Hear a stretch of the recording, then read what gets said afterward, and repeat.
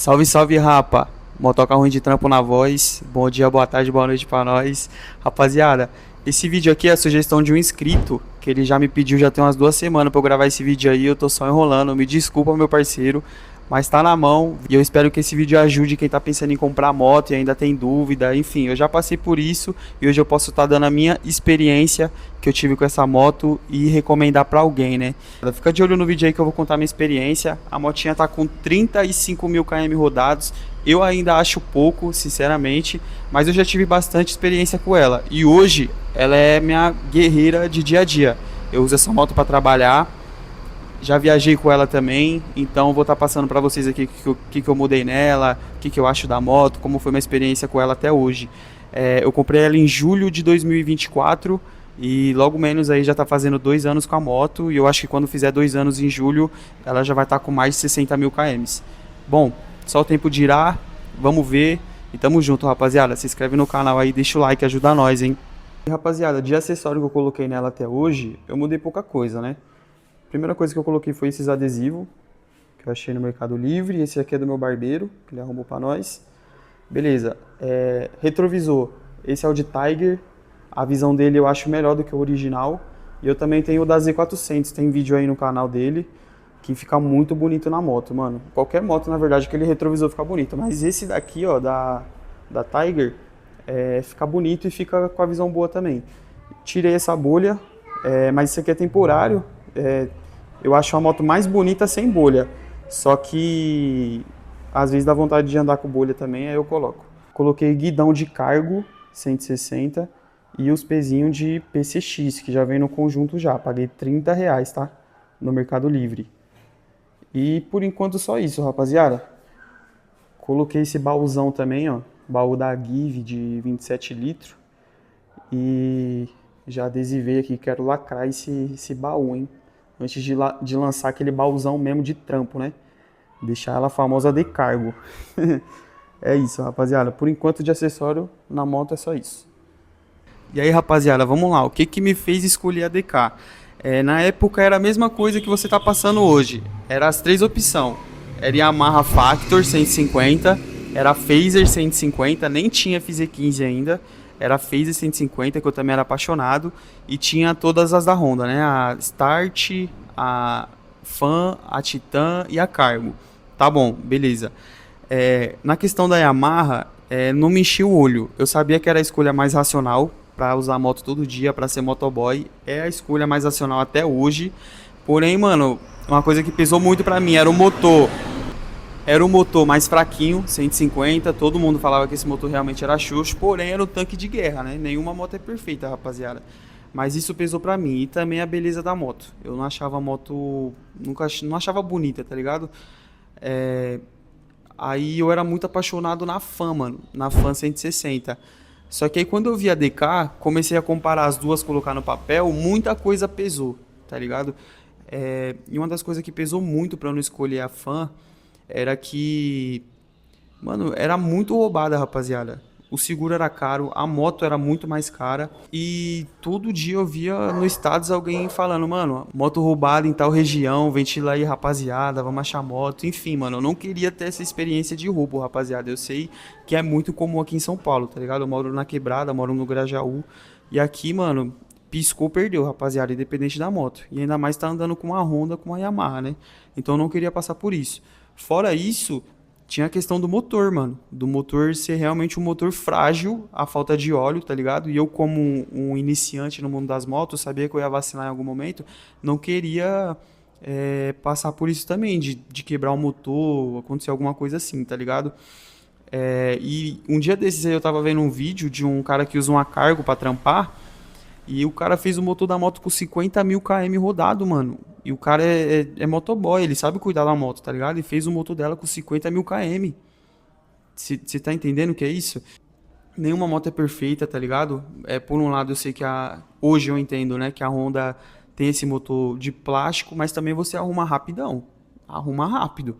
E aqui com a DK já não é assim, tá ligado? Você tem uma dificuldade maior de manutenção, de achar mecânico para fazer o trampo. Se quer fazer com peça original, vai ser caro, tá ligado? Mas enfim, já mais pra frente eu falo disso. Então a DK pra mim na época foi a melhor escolha, porque eu achei uma moto linda, na época eu achei muito bonita, era tão completa quanto a Fan, na verdade era mais completa do que a Fan, 160 na época, hoje 2025 a das novas eu não sei se ela é, mas tipo assim, na época, mano, a DK era mais completa do que a Titan 2024, né? Era mais completa que a Titan, num preço muito menor. E, assim, engenharia Suzuki, mais confiável, tá ligado? Sem roubo. A única questão mesmo era assim, mano. Caiu, zoou a moto, se lascou, se ferrou. Vai pagar caro e manutenção também dela vai esperar peça. Na época, eu podia esperar, porque eu usava a moto só pra ir, voltar do trampo e meter um extra final de semana. E já vou adiantar pra vocês, pra isso a moto serve muito bem, rapaziada, muito bem. Pra quem tá pensando em ir voltar do trampo todo dia e, e fazer um extra nos aplicativos final de semana. E tipo assim, mano, quebrou tal coisa na moto, pode ficar alguns dias sem. Moto é perfeita, rapaziada. Moto é perfeita. Falar pra vocês. A única coisa que eu me arrependi até hoje dessa moto aqui foi de ter pagado seguro. Mas seguro é aquilo, né? É melhor ter e não precisar do que precisar e não ter. E rapaziada, antes de eu falar do problema crônico dessa moto aqui, porque todas as motos têm um problema crônico, né? E a DK também tem os dela. Vamos falar então de ponto positivo e ponto negativo, beleza? Esse eu sei que não é o primeiro vídeo que você tá vendo dessa moto aqui, então você já viu que essa moto tem muito mais ponto positivo do que negativo, então eu vou tentar ser rápido. Ponto positivo dessa moto, é uma moto muito confortável, é um motorzinho forte pra cidade, não falta motor pra cidade. Pra viajar, se for viagem curta, vai tranquilo, vai de boa, ela vai ali a 100 por hora, também vai a 120. Todas as viagens que eu fiz foi de garupa, então a moto vai mais pesada, vai com o tanque cheio, vai mais pesada. E ali eu vou na média de 100 por hora para as viagens que eu já fiz. Então, mano, é uma moto muito confortável. Eu já andei na Start das novas, já andei na Fan das novas, até na Start das antigas também. E, mano, aqui é muito mais conforto, rapaziada. Muito mais conforto. Já andei na Motu também, não tem nem comparação. A DK é uma moto muito confortável. Questão de consumo, é uma moto que consome pouco. Ela faz aí de 40 a 35 por litro. No grupo tem vários relatos que o pessoal faz de 44, enfim, já mandaram uns bagulho lá surreal, mano. Mas eu, como acelero um pouquinho, né? Na minha mão ela tá fazendo aí de 35 por litro. Ela é só a gasolina, isso é um ponto negativo, mas independente se ela é flex ou é só gasolina, tem que colocar uma gasolina de qualidade, certo? Não esquece disso. Na questão de peça dela, hoje no Mercado Livre, tudo que é peça de rotina, pastilha, lona, filtro, vela, guidão, bloco óptico também, né? Farol, essas coisas, você acha muito fácil. Tem tudo lá no Mercado Livre, até já peça de motor, como ela compartilha o motor da DR, e a DR é um pouquinho mais famosa, já tem bastante coisa no Mercado Livre. Você só vai se lascar mesmo com essa moto se você tiver um problema no motor, tá ligado? E você quiser fazer original, já vou contar pra vocês o que aconteceu comigo. E carenagem, mano, se você bater e tiver que trocar uma carenagem, vai demorar uns dias pra chegar, tá ligado? E porque carenagem também não tem no Mercado Livre, vai ser só na loja. E já adianto vocês, é caro, só uma asinha do tanque dessa aqui, ó, é 500 a 600 reais, tá ligado? Um farolzinho lá vai ser caro também, uma bengala dessa vai ser muito cara. Ela tem muita peça de outras motos que serve nela, mas se você der o azar de zoar uma peça que só tem dela e você for procurar na concessionária, vai demorar um dia para chegar. Aí depende de onde você mora, depende da loja que você é atendido com ela, tá? Bom, e ponto negativo, rapaziada. A DK tem dois problemas crônicos que eu vi até hoje. Primeiro, é a caixa de direção dela. Todo mundo já teve esse problema, dá calo muito cedo. Comigo ainda demorou, eu fiz a revisão até os 21 mil km na concessionária e depois tomei de conta, né?